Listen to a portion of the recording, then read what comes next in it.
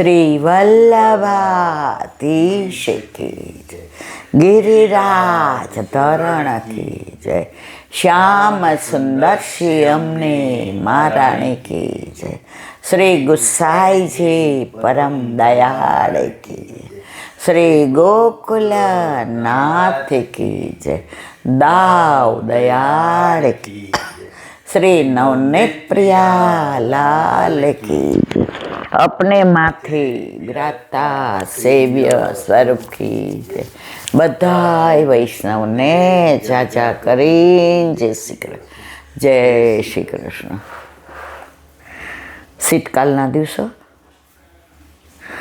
ઠાકોરજીને શીતનો અનુભવ ન થાય, ગુસાઈજીએ પ્રભુના તત્સુખનો વિચાર કરી અને ઋતુ પ્રમાણે સામગ્રી, ઋતુ પ્રમાણે કીર્તન ને ઋતુ પ્રમાણે આભૂષણ ને ઋતુ પ્રમાણે વસ્ત્ર.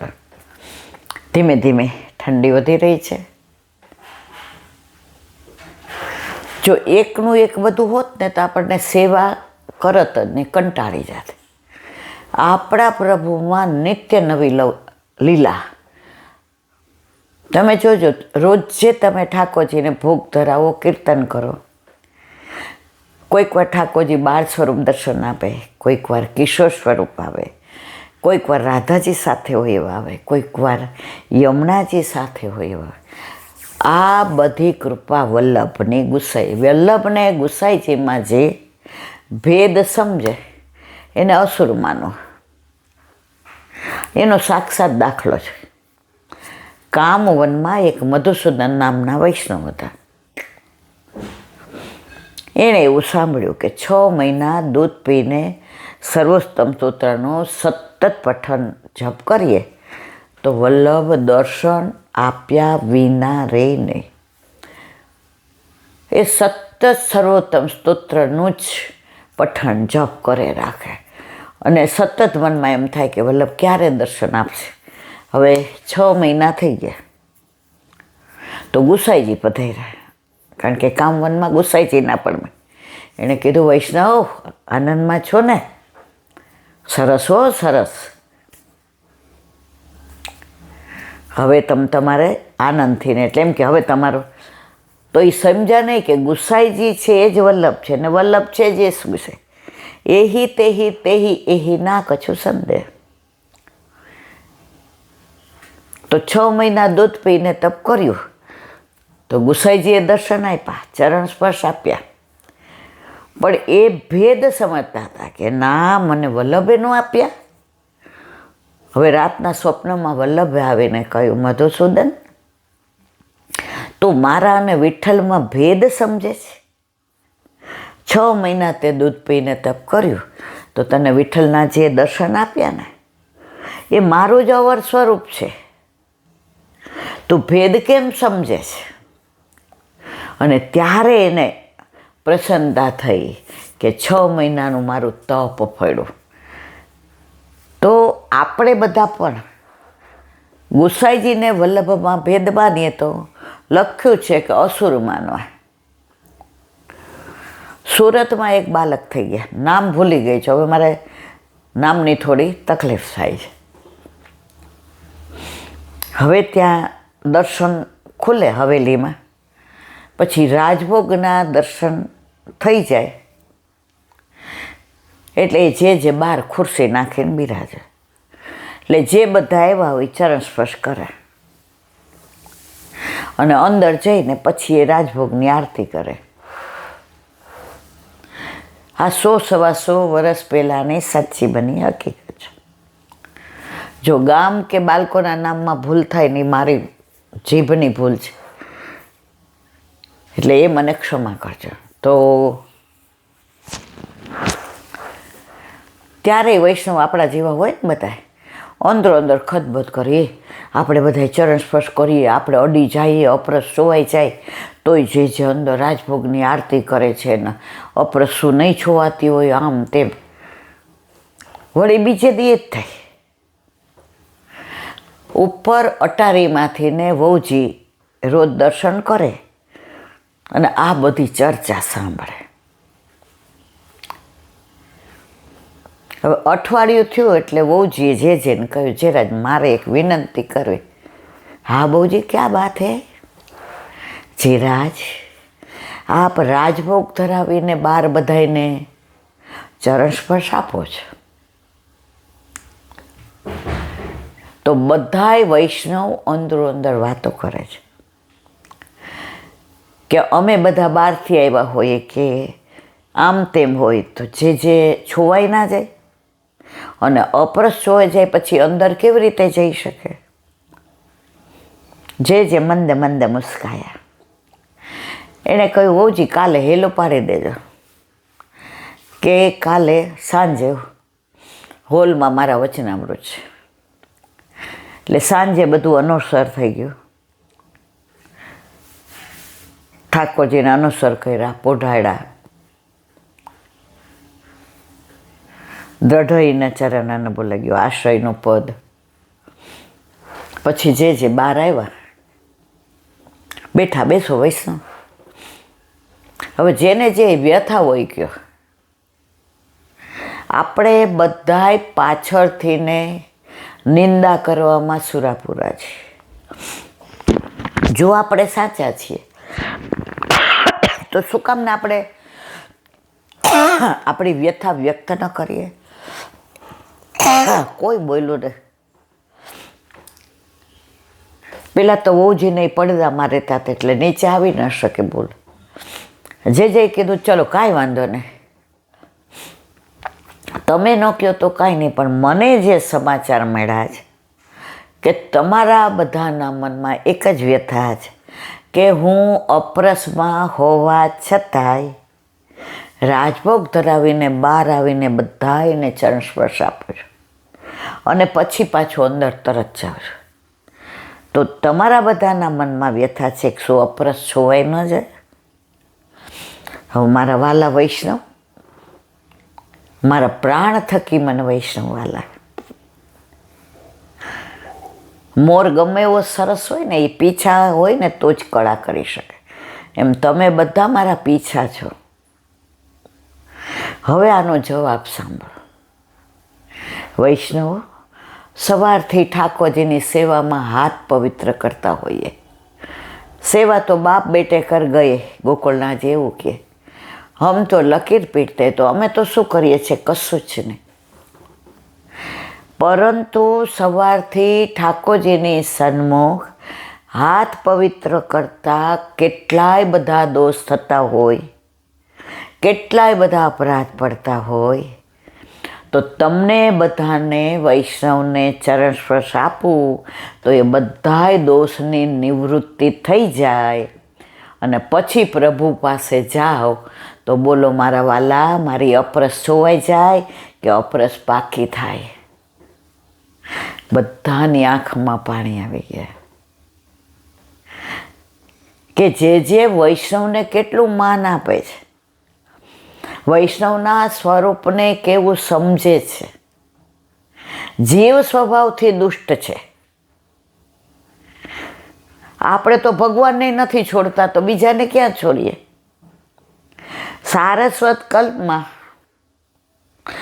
દ્વારકામાં દ્વારકાધીશ બિરાજતા હતા. સ્મયંતક મણીની ચોરી થઈ એટલે ગામમાં પેલા એ પ્રસંગ આપણે વાત કરી કે આ દ્વારકાધીશ જ ચોરી ગયા હશે, કારણ કે એણે જ માગ્યો હતો ને મેં ના પાડી હતી.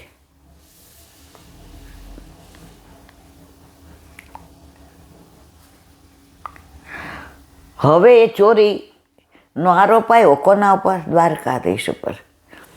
પ્રભુના એ બધાય વાતો કરવા માંડ્યા, અર રાજ કરે ને આવું કરાય. પછી એની પ્રજા કેવી હોય, આપણા ઉપર શું પર્યું તે?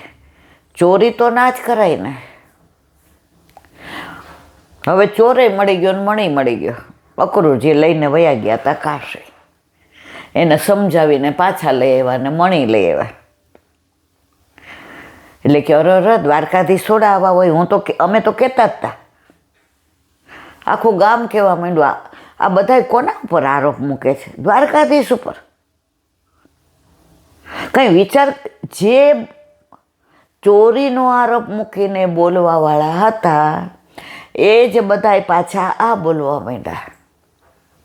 તો ગામના મોઢે ક્યારેય ગયણા બંધાય ને.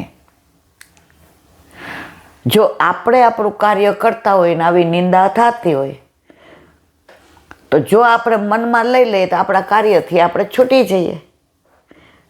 જે બધાને એ જ જોઈએ છે. કર્મણી એવસ્તે અધિકાર માં ફલે શું કરે. ઠાકોરજી કે તારું કર્મ કર. નિંદા થશે તો એનું ફળ છે. અત્યાર સુધીના તારા બધા દોષ જાણતા અજાણતા આપણે ઘણા બધા કર્યા હોય. આપણે બધા કોઈ દૂધથી ધોયેલા નથી. તો પ્રભુ કેટલો કૃપાળો છે. વલ્લભ કે બોલું છું હું ખાલી તારા મુખનો ઉપયોગ કર્યો છે. તો એ દોષ તારા નિવૃત્ત ક્યારે કરું? જ્યારે આ નિંદકોને નિયરે રાખું ત્યારે.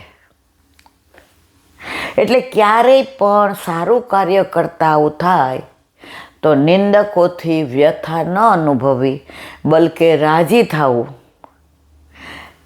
કે આજે કપડાં ધોવામાં વગર સાબુએ કપડાં ડ્રાય ક્લીન થઈ જતા હોય તો આપણા દોષની નિવૃત્તિ વગર કાંઈ પેલા એ આવા લોકોના બોલવાથી થતી હોય તો આપણે રાજી રહેવું. એક જ નિયમ રાખવો, ઠાકોરજીને ન છોડે, ગુરુને ન છોડે, એ વૈષ્ણવને છોડે ખરા મારા વાલા? तुलसी संसार में बात बात के लोग सबसे मिल चाहिए, नदिया नाव संजोग.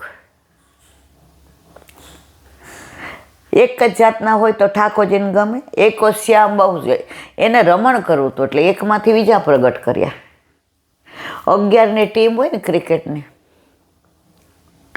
એમાં બધા બોલર હોય તો રમાય, બધા બેટિંગ કરે તો રમાય, અમ્પાયર હોય ના હોય તો બધુંય જોઈએ. તો પછી આમ મેદાનની અંદર મજા પડી જાય ને બધા જોવાવાળા રાજી થઈ જાય. તો પ્રભુને આ બધી લીલાઓ પોતાની જ છે, પોતે જ કરે છે. આ જોવાનો આનંદ ક્યારે આવે? જ્યારે બધામાં કોઈ તામસ છે, કોઈ રાજસ છે, કોઈ સાત્વિક છે.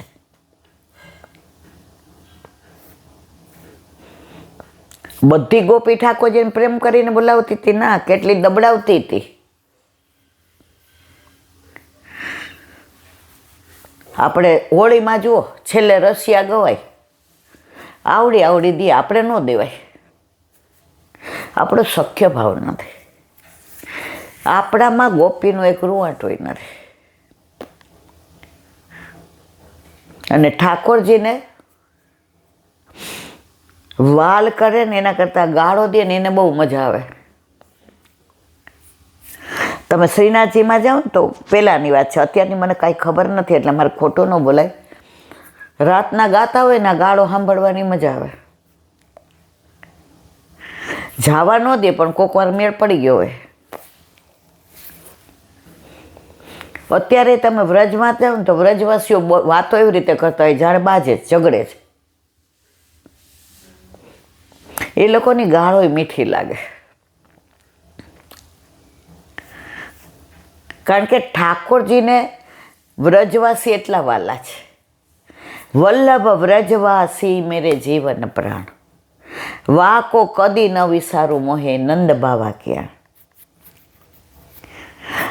આપણે આજે જઈએ, કોઈના ઘરમાં જાઓ ને તમને ટૂંકની ના નહીં પાડે, ઘરમાં આવવાની ના નહીં પાડે,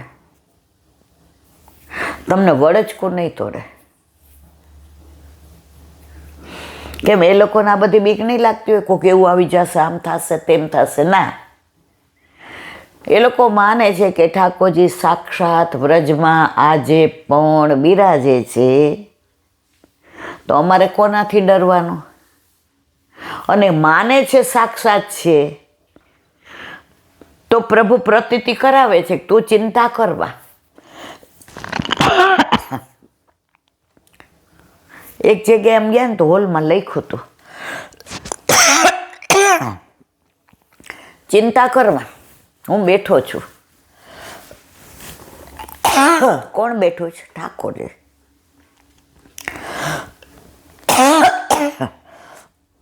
જો આ વિશ્વાસ આવી ગયો મનમાં કે મારા ઘરે મારા માથે મારા ઠાકોરજી બિરાજે છે, પછી હું શું કામ ચિંતા કરું? હું ચિંતા કરું છું એનો મતલબ એમ છે કે હું ઠાકોરજીને મૂર્તિ માનું છું. હું સાક્ષાત પુષ્ટિ પુરુષોત્તમ નથી માનતી. એક વૈષ્ણવ